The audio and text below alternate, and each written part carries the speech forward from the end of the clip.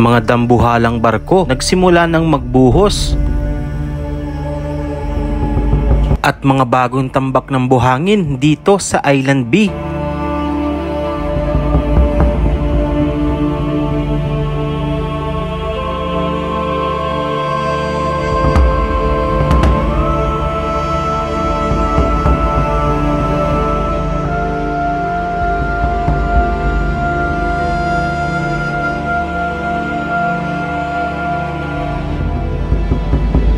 Ito ang Pasay 360 Reclamation Project.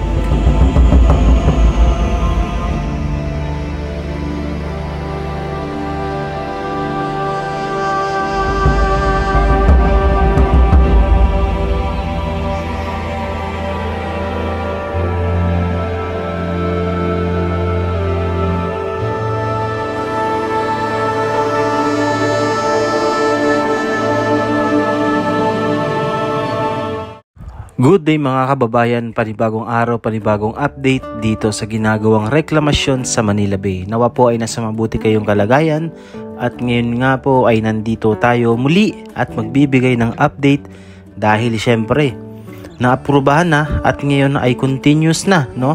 Tuloy-tuloy na ang ginagawang operasyon dito sa dalawang reklamasyon na naaprubahan. At yan nga po ang Pasay 360 Reclamation Project at ang Pasay Harbor City Reclamation Project. Yan. So dalawa lamang po yan na naaprubahan, no? Out of 22 reclamation na gagawin dito sa Manila Bay. So ngayon, nandito tayo ngayon sa dito muna tayo mag-update sa Pasay 360 Reclamation Project at ipapakita ko sa inyo kung ano yung mga kaganapan na ngayon dito. So kung inyong mapapansin, ayan, wala na talaga dito yung Paseo Palisok, yung isang pasyalan dito na dinadayo ng ating mga kababayan at tuluyan ng nasakop nitong reklamasyon na to.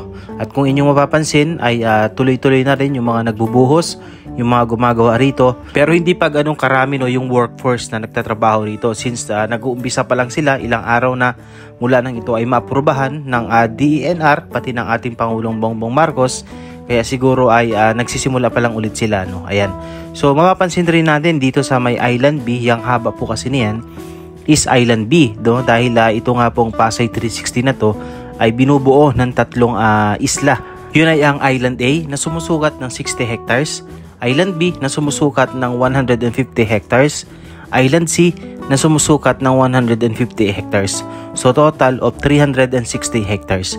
So ganun po kalawak ang gagawing reklamasyon dito sa bahaging ito ng Pasay. Opo, no, sakop pa ito ng Pasay City at maging ang City Government of Pasay ay pabor na pabor din po, no, dito sa ginagawang reklamasyon na to dahil talaga naman pong magbibigay ito ng milyong trabaho para sa ating mga kababayan. Ngayon pa nga lang na ito ay ginagawa, no, tinatambakan, ay marami ng trabahong na ibibigay, no, para sa ating mga kababayan. What if kung continuous to kapag nagtayo na ng mga gusali hanggang sa ito ay matapos, hanggang sa magkaroon ng operasyon dito, at yun ang talagang magandang maidudulot nito, hindi lang sa trabaho maging sa ekonomiya ng ating bansang Pilipinas, no.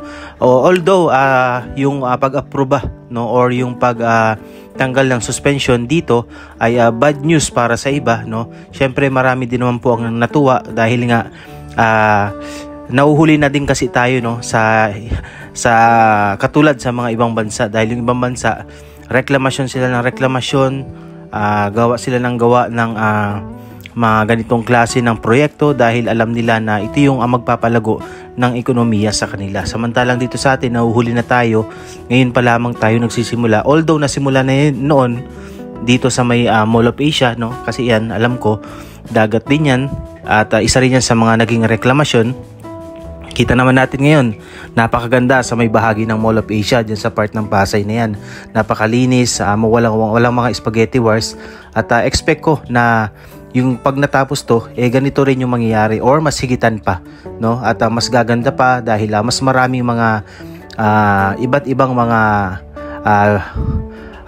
activities at mga recreational place nang itatayo rito na siyang magpapaganda ng image, no, dito sa Manila Bay. At siguradong dadayuhin yan ng mga international na tourist at maging mga cruise ship ay dito na rin dadaong, dahil ang alam ko meron din gagawing cruise terminal dito sa bahaging ito. So yun ang isa sa mga magandang maidudulot nito. Kaya since kukunti din lang naman po no, yung mga nangingisda rito, and at the same time sadyang sira na po yung ilalim nito dahil na rin po sa mga burak, dahil na rin sa ilang panahong napabayaan ito.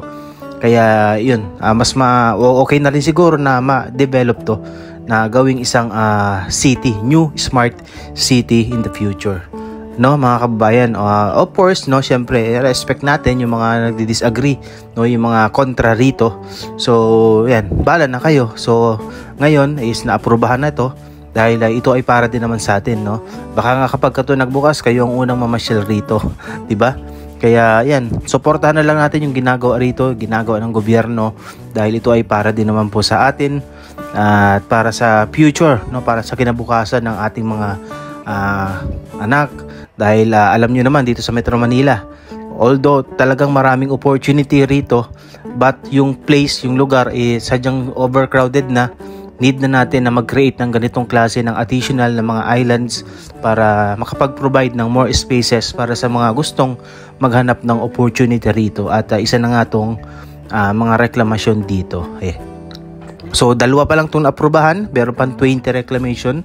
So, aabangan natin yan kung kailan ibabalita na magkukontinue yan or tuloy yan ang ipapatigil. But for sure, itong 2 dito ay continuous na magpapatuloy at wala nang makakapigil, no, yung mga kababayan. Alright, so kayo mga kababayan, ano po ang inyong comment and suggestions?